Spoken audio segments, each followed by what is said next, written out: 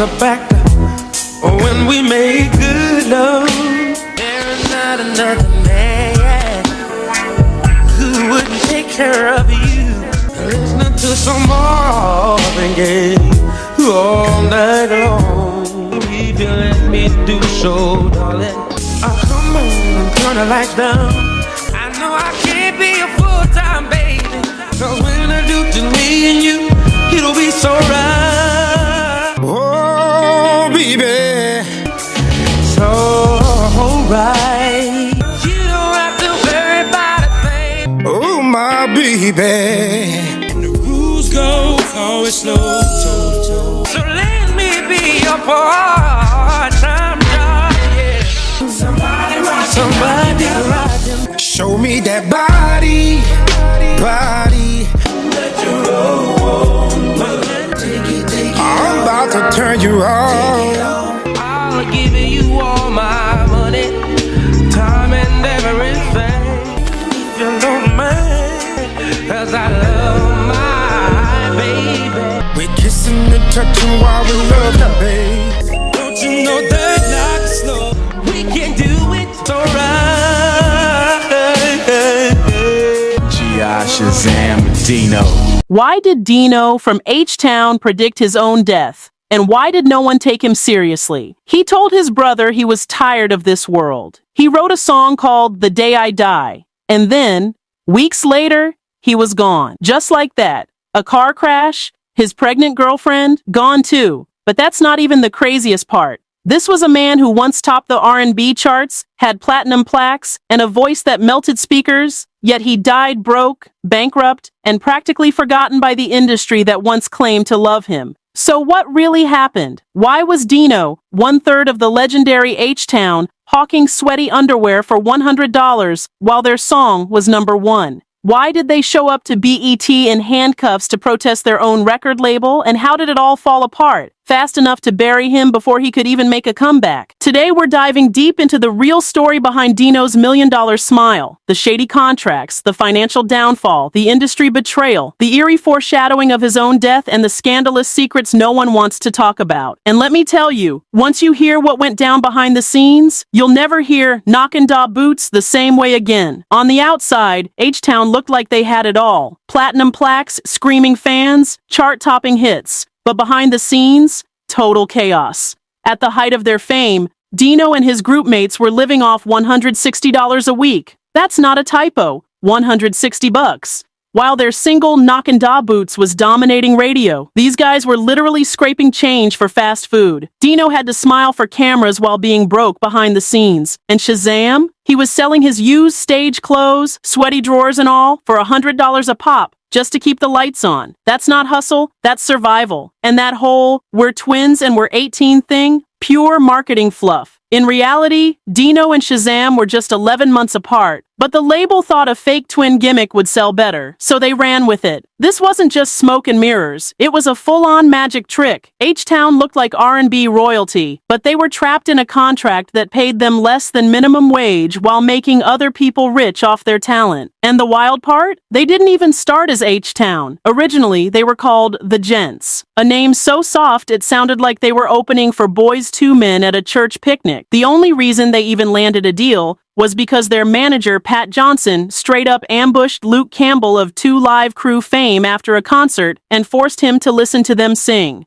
Dino didn't get lucky, he got made. But here's the kicker, they were famous but still broke. Behind the scenes, they were living off peanuts, smiling for the cameras while the label snatched every dollar. This wasn't a Cinderella story, it was a setup. And as the fame got bigger, the cracks got deeper. Because when your label owns you and your bank account looks like a college student's, something's bound to snap. So you're probably thinking, okay, H-Town blew up, went platinum, and they're finally living the dream, right? Wrong. They were living a nightmare in glitter. Because while fans were slow grinding to Knockin' Da Boots, H-Town was getting booted by their own label. Luke Records was a mess. Paperwork was shady, payouts were a joke. Dino, Shazam, and G.I. were basically working for free while Luke raked in the cash. And they weren't quiet about it either. These guys showed up to BET's Video Soul in literal handcuffs, like actual shackles, just to send a message to the industry. We're trapped, and we're done being silent. Who does that? Only people who are fed the hell up.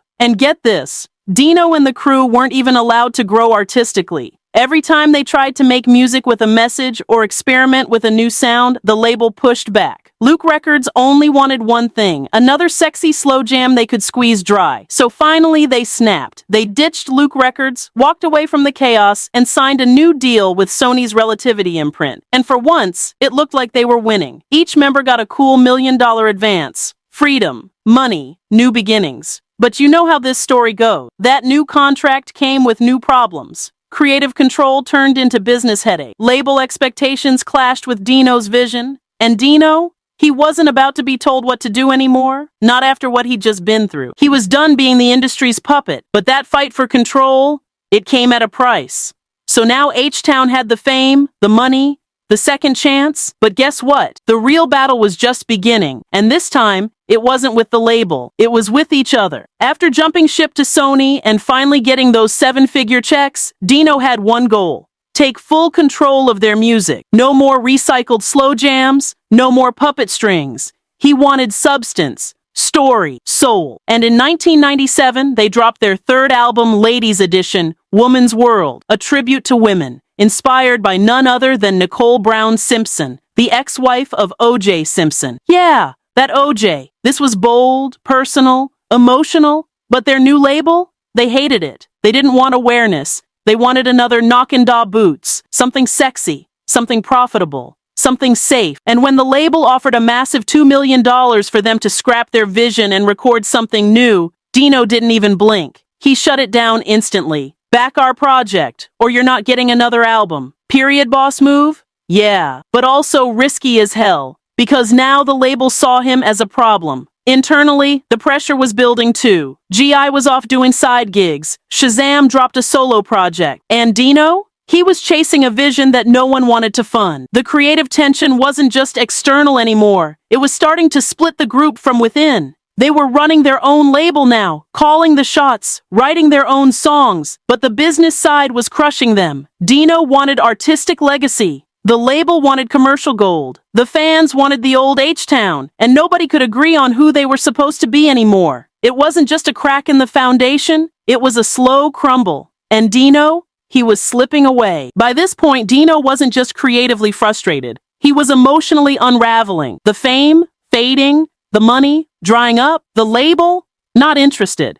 Even the fans were starting to move on. And while Shazam and G.I. were still trying to stay afloat, dropping solo projects, doing features, staying visible, Dino was sinking deeper, not just from the spotlight, but from reality itself. He started working on experimental music, stuff that was dark, chaotic, and completely off-brand. No slow jams, no radio-friendly hooks, just raw emotion and pain, and no label wanted to touch it. It wasn't marketable, it wasn't sexy, it was too real. Financially, things got bleak. Dino filed for bankruptcy, debt stacking up faster than streams. Emotionally, he was drowning. And when Shazam finally managed to pull him back for a mini H-Town reunion in early 2003, just a few live shows to spark something, it was clear Dino wasn't the same. He barely smiled. He barely spoke. He was going through the motions, but his soul wasn't in it. And then came the most chilling part. Dino kept talking about death. He told Shazam he felt like his time was almost up. He said he was tired of this world, and he had one song, The Day I Die, that he was obsessed with recording. Think about that. He literally wanted to record a song about dying, weeks before he actually did. Shazam didn't want to do it. He said it felt wrong. He couldn't shake the feeling something was coming, and he was right. Let's be real. There's eerie, and then there's Dino from H-Town level eerie. Because everything he'd been saying, the weird comments about being tired of life, the obsession with death,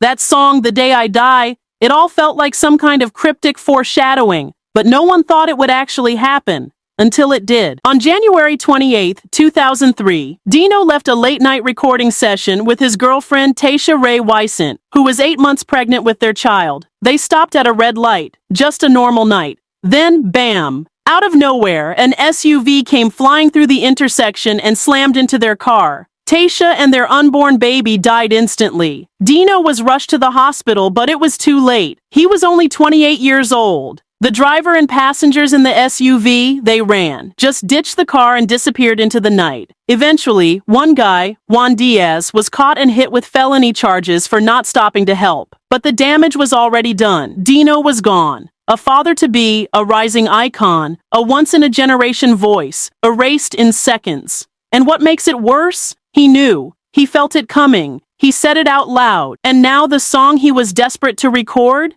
became his unintentional prophecy. After his death, the industry that once cheered for him basically went silent. Labels weren't even interested in H-Town unless they replaced him. Yes, seriously. But Shazam? He wasn't having it. If it can't just be me and G.I., then it ain't no deal. That was Dino's blood. He wasn't about to plug in some stranger and pretend it was business as usual. So what do you do when your brother dies, your group collapses, and the world moves on? You hold the memory, and you fight to keep the legacy alive. After Dino's death, H-Town was never the same. And honestly, how could it be? Labels came knocking, but only if Shazam and G.I. agreed to replace him. Imagine that. Your brother dies in a car crash with his unborn child, and the industry's first reaction is, cool, who's the new guy? Cold. But Shazam wasn't budging. No stand-in, no disrespect. If it's not the original, it's nothing. So in 2004, H-Town released Imitations of Life on their own label, using Dino's pre-recorded vocals. It was their tribute, their way of saying, he's still here, even if he's gone.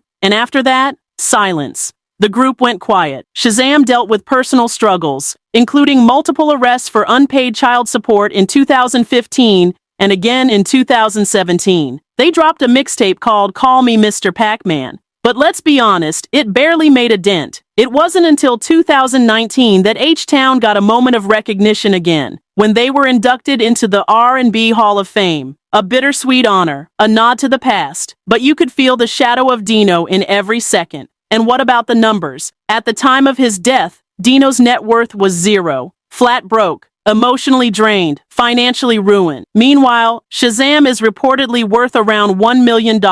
G.I.? Sitting on about $500,000. But here's the thing. Dino's worth was never in the money. It was in that voice. That voice that carried H-Town to the top. That voice that still plays at weddings, clubs, and 90s R&B throwbacks across the world. He may have died broke, but he left behind something money can't buy. A sound, a soul, and a story that people still feel. And that's the real legacy. $1 million voice, a $0 ending. Now you know why Dino's death wasn't just tragic, it was personal.